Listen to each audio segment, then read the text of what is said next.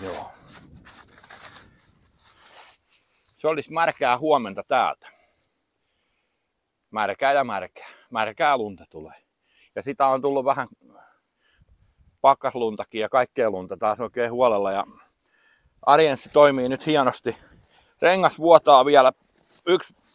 Yhden sortin pakoputki on jo tehty. Tuommoinen 40 millinen vaimennin siihen ja pari mutkaa, ei ollut paha laittaa. Tää on jo yksi versio. Katsotaan mikä siihen nyt loppujen lopuksi tulee. Hiljeni jo tolla oikein mukavasti. Ja uusi kaasari on tullut. Siinä ei vaan ole säätöjä. Vanha on tuolla. Katsotaan saadaanko se vielä joskus toimii. Tykkäisin siitä, että sen saisi säädettyä kunnolla tämän laitoksen. Kun nämä on vähän tämmöiset koneet, niin nämä on käynniltään vähän mitä on. Niin. Ja sitten löi jumiin.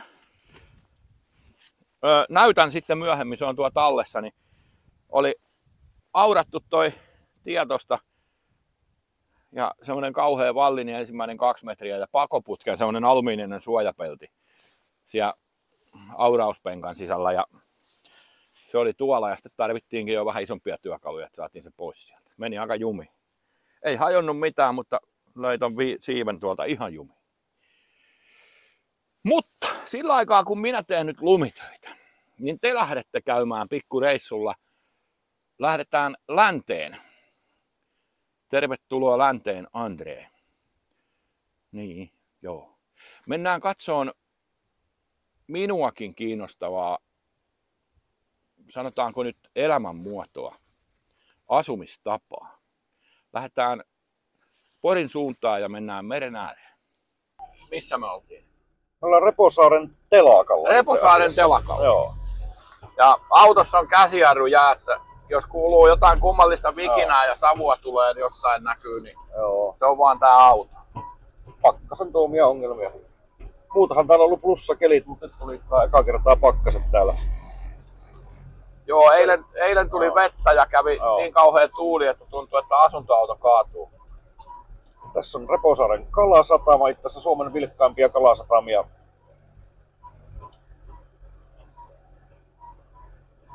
Kielon peliä ja kalavehjettä ja veneitäkin on. Ja Baltic on siinä. Joo. Siinä on vähän vanhempi joku laite täällä. Joo. Siinä on sellainen projekti, se on itse asiassa meidän yhdellä videollakin se on vanha tammitroolari, millä on kalastettu paljon. Ja nyt siitä on tulossa huvialus sitten. Joo. Se on purkanut ohjaamosytit pois. Siellä on Wärtsilän harvinainen 3-pyttyinen dieselmoottori. Niitä on vain se yksi kappale. Joo. Niitä on tehty 2, toinen oli prototyyppi ja okay. Yksi.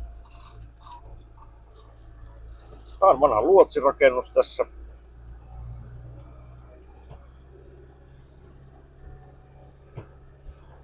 Voidaan käydä pyörähtää tuolla niin tosta kun ajaa tonne, niin siinä on vielä ihan näkee maisemat tämän Mäntyluodon sataman myös. Siellä on tuulivoimaa tulee siellä. Tuossa pääsee ihan tommosen tuulivoimalan juureenkin itsessä alle. Koputtelee sitä töttäröä, jos haluaa käydä. Se menee niin tosta kautta. Ja tässä olisi tarkoitus nyt jutustella samalla, kun allekirjoittanuttakin kiinnostaa kyllä laivassa asuminen. Ja vertaillaan vähän näin niin kuin ihan vaan, ei nyt kauheasti mitään numeroita eikä talohintaa eikä laivahintaa, ne on epäolennaisia, vaan se, että mitä se niin kuin, minkälaista se on ja onko se kallista, halpaa, mitä siihen liittyy. Suomessahan käsittääkseni se laivassa kautta veneessä asuminen on vähän vieläkin kai niin kuin irtolaistouhua. Sitähän se on ja niin, siinä on semmoinen pieni käsitysvirhe tulee monesti siinä asiassa. Laivathan on aina siis niin kuin, ei veneet, vaan laivat on aina asumiskelpoisia. Niissä asuu miehistö. Ja tossakin yksi tuttu on ottanut kerran 12 vuoden pestin ja ollut merellä 12 vuotta tehnyt rahaa siihen, no missä hän asuu? Hän asuu laivassa. Se ongelmahan tulee ainoastaan vaan siinä, että joku maakrapu tulee kysyä sitten, että voiko laivassa asua. Totta kai niissä voi asua. Siihen kulurakenteeseen, niin mikä toi meidänkin aluksen koko on 28 metriä, niin siinä kannattaa jo sillä paatilla tehdä jotakin. Ei semmonen enää mene niin kuin mummon möki ostaa jostain pohjoisesta Lapista ja ajattelee, että se pärjää siellä itsekseen. nyt on kokoinen alus tarvii jotain sellaista, niin kuin siinä oikeasti sillä tehdään jotain. Että siellä nyt on miehistö, alus tarvii miehistön, eli siellä asuu porukka silloin aina, siellä asuu miehistö. Jos sitä pitää kuin jotain mummon mökkiä jättää kylmilleen sen talveksi johonkin ja tälleen, niin se korjausvelka kasvaa niin isoksi, että niin ei sillä sitten ne uppoilee satamia tolleen noin. Niin. Et samalla laillahan se tosiaan omakotitalo on tässä niin kuin ajatuksena verrata vähän sitä, niin sitä omakotitaloa, se voi olla siinä 20 vuotta, sillä ei tarvitse tehdä mitään. Joo, näin on. Sillä korkeintaan jossain mummon mökissä jäätyy se yksi vesihana talvella, jossa menee kylmilleen. Tai vähän homehtuu joku alahirsi jossain hirsitalossa, mutta vesikatto voi vähän vuotaa jostain. Mutta tuommoisessa laivassa niin se ongelma voi ollakin yhtäkkiä sitten aika iso. Se voi olla yhtäkkiä iso ja jos koitin äsken selittää sitä, että jos niinku käy 8-4 duunissa jossain muualla ja sitten ajattelee, että vapaa-ajallaan harrastelee vähän laivailua, niin kyllä se käytännössä on mahdottomuus se asia. Jotakin tuommoista 15 metristä, alle 20 metristä alusta vielä pystyy hanskaan niinkön vapaa-ajalla huviksensa. Niin, huvialuksena lähinnä semmonen, minkä nostaa talveksi aina ylös. Aivan. Mutta noitahan ei nosteta talveksi ylös, on niin painavia. Niin käytetään vaan telakalla ja pohja huoletaan ja tälleen näin, mutta talveksi ei nostaa ylös. Sanoin, että niin kuluina tommonen, mitä voisi sanoa tommosiin kustannuksiin kuluihin, niin voi verrata vähän niin kuin vanhaan omakotitaloon, jos osaa itse tehdä. Mutta sitten jos pitää teettää, niin kyllä pitää olla sellainen mursunnahkainen lompakko ja siltikään se ei tahdo onnistua, koska jokainen laiva on yksilö. Että jonkun Nissanin tai Bemarin voi viedä huoltoon, ne tietää sillä koko lailla mitä tekee, mutta jokainen laiva on yksilö ja niille ei löydy semmoisia merkkihuoltoja, missä tiedetään mitä pitää tehdä. Ja se on sen paatin omistajan tiedettävä, mitä sille pitää tehdä. Niin, ja perehdyttävä laitteeseen, mitä siellä on. Kyllä. Ja siinä menee vuosi, kun ostaa uuden paatin, niin siinä menee vuosi ennen kuin tietää, miten se toimii, mitä missäkin on. Ja sulle voisi sanoa, että se vuoden aikana tulee selville, että mikä se tilanne siinä on. Joo. Ja sitten se, että missä niillä saa olla, mihin niillä saa mennä noilla laivoilla?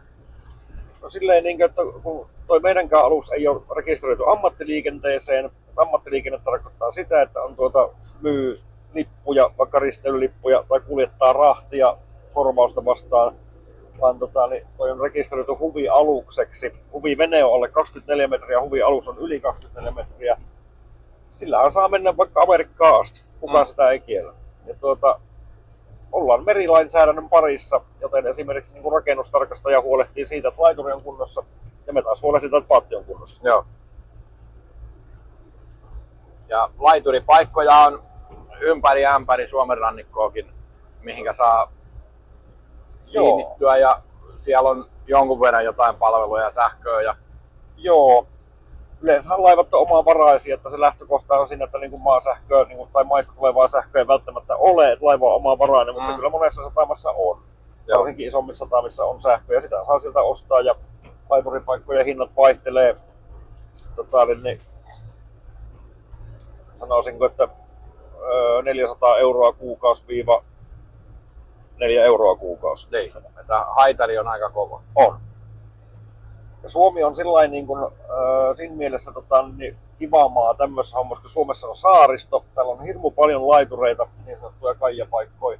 Sellaisia. Esimerkiksi niin Etelä-Ruotsi on pelkästään hiekkarantaa ja Saksan rannikko on hiekkarantaa ja siellä on saaria, joten siellä ei ole myöskään laitureita. Joo, aivan. Niissä on niin kuin puute tämmöisistä niin kuin laitureista.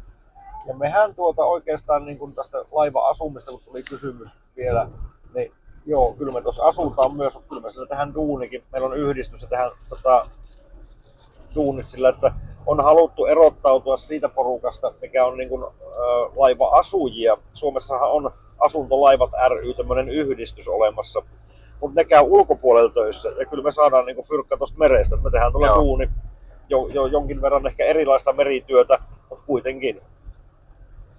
Kyllä. Olimme henkilökohtaisesti katsomassa kauden päätösjakson tai päätösesityksen, miksi sitä nyt tää oli kaiketin vähän aina muuttuu se lennossa, niin kuin nytkin taisi olla kitaristilaulajalla ääni vähän mennyt, niin vähän sävelle. Oli, joo, meillä on flunssaa porukalla, kuten munkin äänestä kuulee, että on vähän painoksessa. sitä on liikkeellä tällä, varsinkin sunnuntaisin joskus. Nyt saavuimme laituriin, missä on kyseinen laiva. Ja käydään vähän kurkkaan sitä ja höpötellään lisää. Tervetuloa Villen ja itseni puolesta. Niin. Pistetäänkö me koneet käyntiin? Pistetään koneet käyntiin. No niin.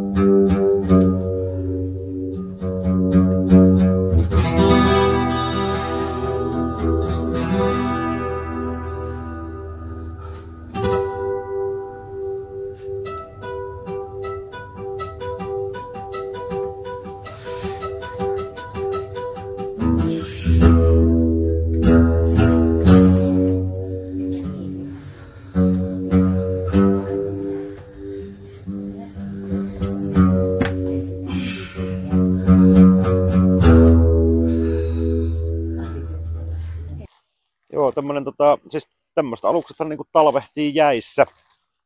Jäät puristaa hieman, mutta teräsalus kestää ihan hyvin ton jään puristuksen. Jopa tammitroolaritkin kärsii ton asian, niinku, että on jäissä talven.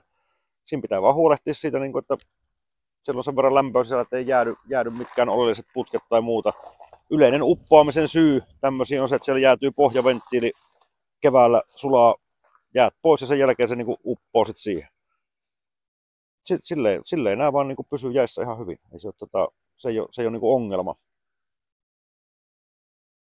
Viime yöaikaan kerkesi varmaan tulee tommonen niinku 4-5 senttiä tähän jopa jäätä. Niinku. Talvi tuli.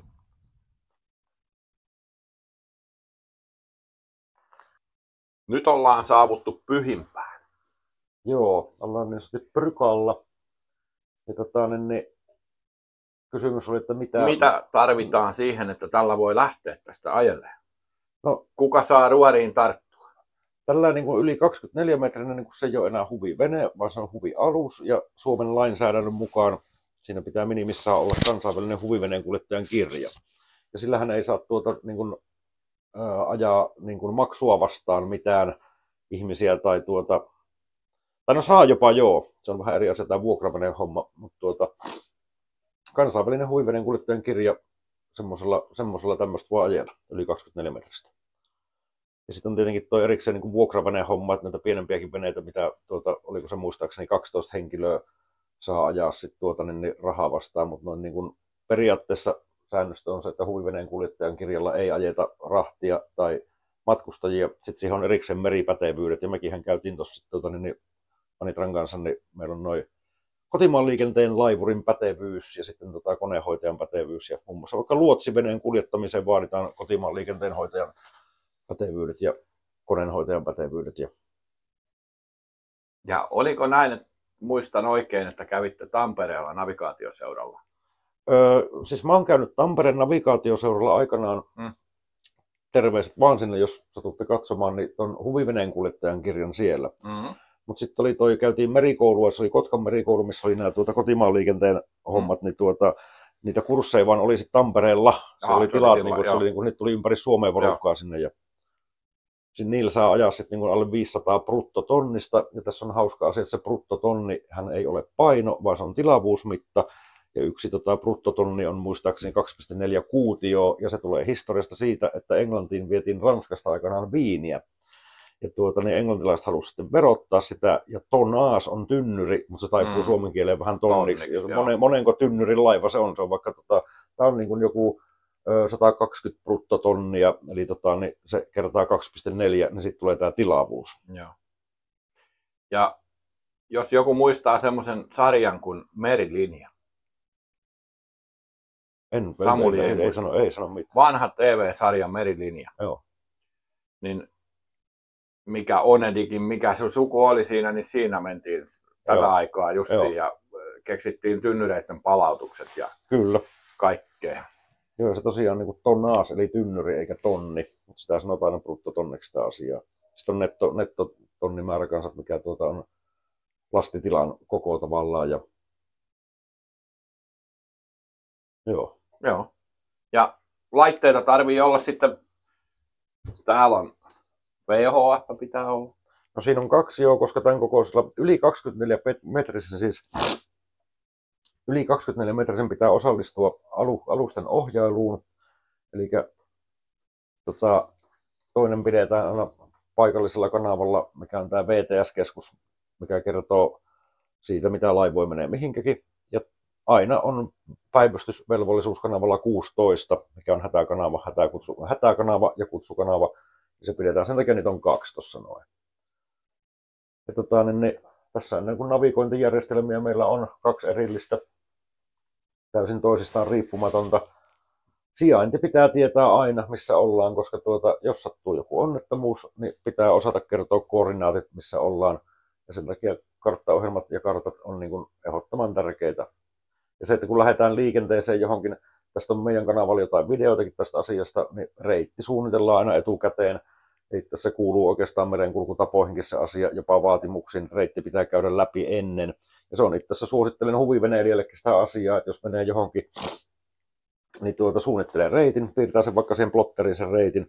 Sitten on kiva kuulkaas ajella, kun katsoo, vaan menee sitä reittiä myöten tälle, eikä tarvitse miettiä, onko syvää vai matalaa vai mihin mennään. Ja sitten voi nauttia sitä matkanteosta ja ajamista oikeasti.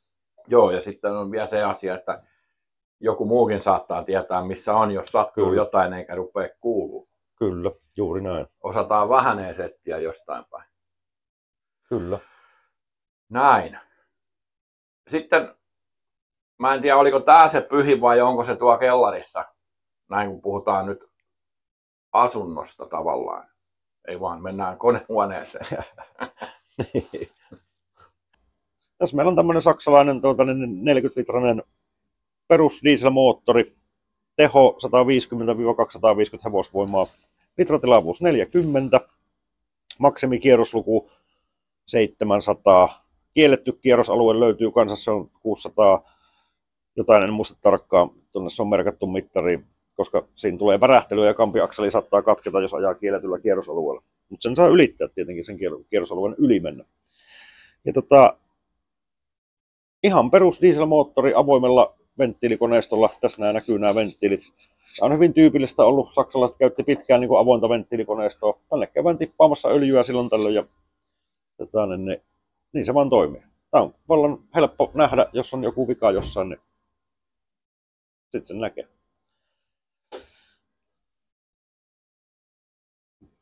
Tässä muuta speksejä tässä pitäisi sössöttää tästä asiasta. Niin, no, paineilma niin. Niin, paineilmakäynnisteinen oli. Joo, tämä on siis paineilmakäynnisteinen. Tämä ei tuota sähköä eikä tämä tarvitse sähköä toimijakseen. Meillä on paineilmakompressori tuolla takana. Ja tuolla on noita pulloja, niistä on 2 tarkastettuja käytössä. Tuolla yhdellä pullolla tämän pystyy käynnistämään noin 7 kertaa. Ja paineilma tulee suoraan mäntien päälle. Se saa niin kuin männät liikkeelle. Tosi nätti käynnistystapa. Sitten löytyy videopätkiä meidän kanavalta. Ja se on hyvin tyypillinen. Ihmiset kysyy aina sitä, siis hyvin tyypillinen niin kuin laivakonehomma, laivois käynnistään paineilmalla. Ihmiset kysyy, että minkä takia se nyt niin on. No on tämä niin valtava massa, että jos tähän kuvittelisi laittamassa sähköstartin, niin tarvitsisi olla aika jämäkät akut ja kaapelit. Ne olisi ehkä sitten tollain kaapeleet. Niin, ja se starttimoottori saisi olla aika iso. Niin. Ja tähän painaa muistaakseni 6000 kiloa tämä kone painaa. Ja koneen takana on sitten niin sanottu merikytkin. Joku kysyy, mikä on merikytkin. No se on se merivaihde, missä että saadaan vapaalle ja eteenpäin ja taaksepäin. Ja sitten tuossa kerroit versuksena sen, että käyttötunnit moottoreissa, niin saa vähän mielikuvaa, että niin, miksi nämä näin isoja niin on, niin näissä on, se on sen kestävyyden kannalta ainoastaan. Että jos ajattelee tolleen lyhyesti, että moottoripyörän kone on 1000 tuntia, auton moottori on 10 000 tuntia, Ja sitten teollisuusmoottorit, Valmetti, Perkins ja kaikki tämmöiset, ne on niin joku 15 000 tuntia, 18 000 tuntia, mutta laivakoneet on niin 40 000 tuntia. Ja se on miksi se on niin tehty? Voisin tähän laittaa jonkun Yamahan moottoripyörän koneen, mikä tuottaisi samaan tehoon, mutta niitä menisi kuin sulakkeet. Sitten niitä pitäisi vaihtaa tuosta noin. Ja moottorihan laivassa on se yleensäkin niin kuin konealuksessa, niin se on se tärkein asia, koska jos ollaan huonossa kelissä ja kone sammuu ja paatti kääntyy poikkiaaltoon, niin se on ympäri. Moottori pelastaa myrskystä aina, sä voit suunnitella mihin sä meet ja vasten aaltoja tällä, että se moottori on se tärkein asia. Ja sen takia laivoissa tämä moottorin ympäristö, myös kaikki tekniikka, mitä täällä on, niin on suodattimia, on kaikenlaisia, pumpataan esivoiteluöljyt, ja se moottori on niin kuin se kullanarvoisin asia siinä hommassa.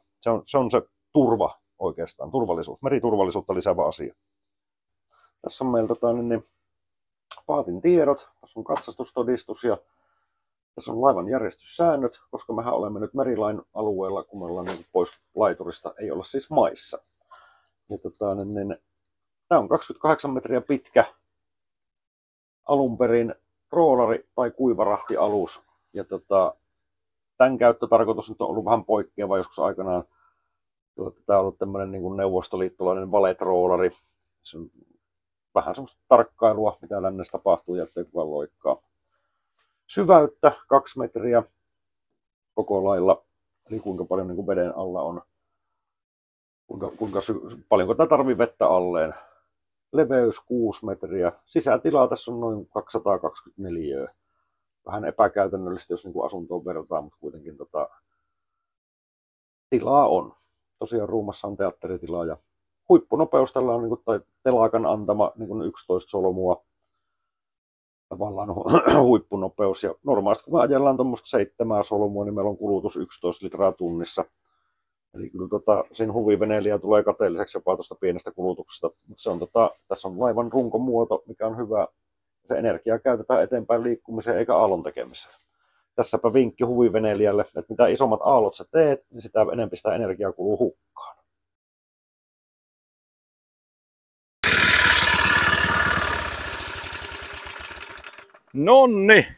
Nonni.